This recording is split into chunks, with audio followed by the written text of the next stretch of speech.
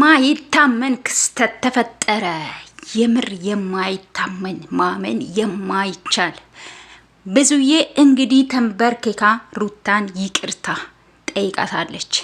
እስከ ዛሬ ድረስ ስለገፋሁሽ ስላስቀየምኩሽ ይቅርታ አድርግልኝ ብላ ጠይቃታለች ማለት ነው። ሰላም ሰላም ቤተሰብ እንዴት ናችሁ? ሰላም ናችሁ? ከያላችሁ በሰላማችሁ ይብዛልኝ እያልኩኝ ይህንን ቪዲዮ እባካችሁ ላይክ አድርጉ። ላይክ፣ ኮመንት፣ ሼር ማድረጋችሁን አትርሱ። በተለይ የሩታዬ ደጋፊዎች አበረታቱኝ፣ ላይክ አድርጉ። ቪዲዮዬን በደንብ ቢያንስ እስከ 100 ላይክ አድርጉልኝ ማለት ነው። እና ቤተሰብ እንግዲህ ብዙዬ ትላንትና አይታችኋል። ትላንትና ቪዲዮ ለቃ በጣም እኔ እንጃ በጣም እንደተጸጸተች በቃ በጣም ብዙ ነገር ነው ያወራችሁ ትላንትና። እና የሩታን ቤተሰቦች ለምን ተሰደቡ ብላ ቀርቅሯታል። የወንድሟ ልጅ ለምን እንደዚህ ታደርጋላችሁ ብላ በጣም ተሰምቷት በጣም ስሜታዊ ሆና ነበረ ትላንትና እያወራች የነበረችው ማለት ነው። ቤቷ ላይ የተለቀቀው ቪዲዮ አይታችሁ ከሆነ በጣም እንደተሰማት የሩታን ቤተሰቦችም ለምን ይሰደባሉ? የአብርሽ ቤተሰቦች በእርግጥ የእሷም አባት እናት ስለሆኑ ኦፍኮርስ እንትን ትላለች፣ ይሰማታል። ግን እኔ የገረመኝ የሩታ ቤተሰቦችን እንዴት ቆርቁራት ልትናገር ቻለች የሚለውን ነው።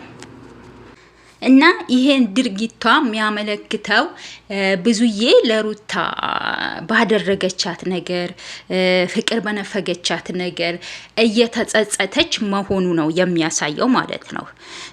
አንድ ሰው እንዲህ ወጥቶ ስለ አንድ ሰው እንዲህ ለምን ተደረገ ቤተሰቦቹ ብላ የተናገረችው ሩታ ላይ ባደረገችው ነገር እየተጸጸተች ነው።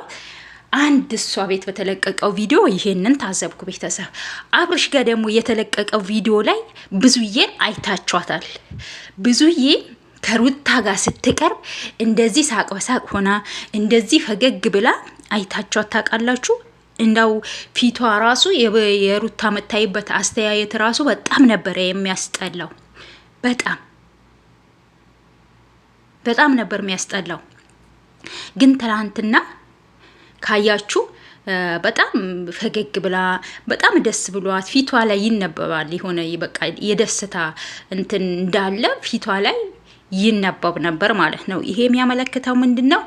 ብዙዬ ሩታን እንግዲህ ሀቀኛ ሰው ትክክለኛ ሰው እንደሆነች እየተረዳች ስለመጣች ነው።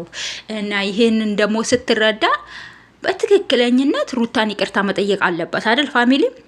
ለዛ ነው መግቢያ ላይ ይቅርታ ጠየቀች ብዬም የሰራሁት ለዛ ነው። ቤተሰቦቼ እሷ ወደ ሩታ ስትመለስ ብዙዬ ይቅርታ መጠየቅ የለባትም። ሩታን ልታጠፋ ትችላለች፣ ጥፋተኛ ልትሆን ትችላለች።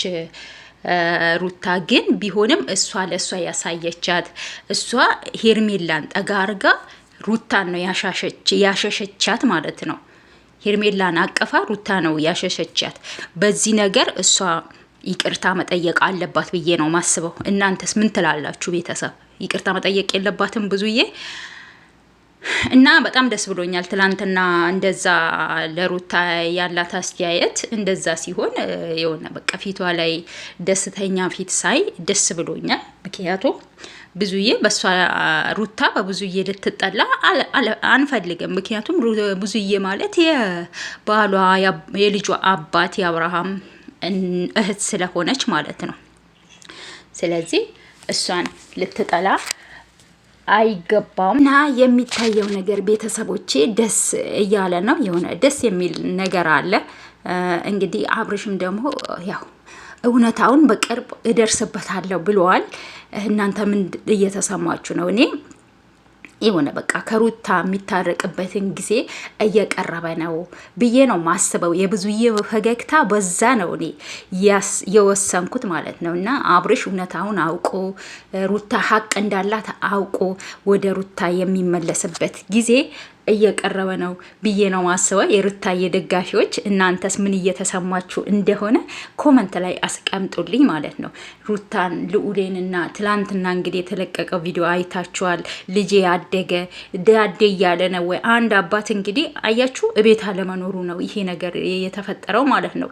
ልጄ ዳዴ ማለት አልጀመረም ወይ መቆም ጀምሯል ወይ ብሎ ጠየቀ። ይሄ ምንድን ነው? እቤት ባለመኖሩ ከልጁ ጋር አብሮ ባለመሆኑ ነው ይሄ የተከሰተው እንጂ ልጁ ዳዴ ሲል ምን ሲል ማየት ነበረበት። በጣም ያኔ ደስ የሚል ነገር ስለሆነ እናቶች ታውቃላችሁ ልጆቻችሁን ዳዴ ሲሉ መቆም ሲጀምሩ ምናምን ያለው ስሜት የሆነ ደስ የሚል ነገር አለው። አባትም ልክ እንደዛ ነው ብዬ ነው የማስበው እኔ። አብርሽ ልጁ ይሄ ሁሉ ነገር ሲያልፍ ማየት አለበት።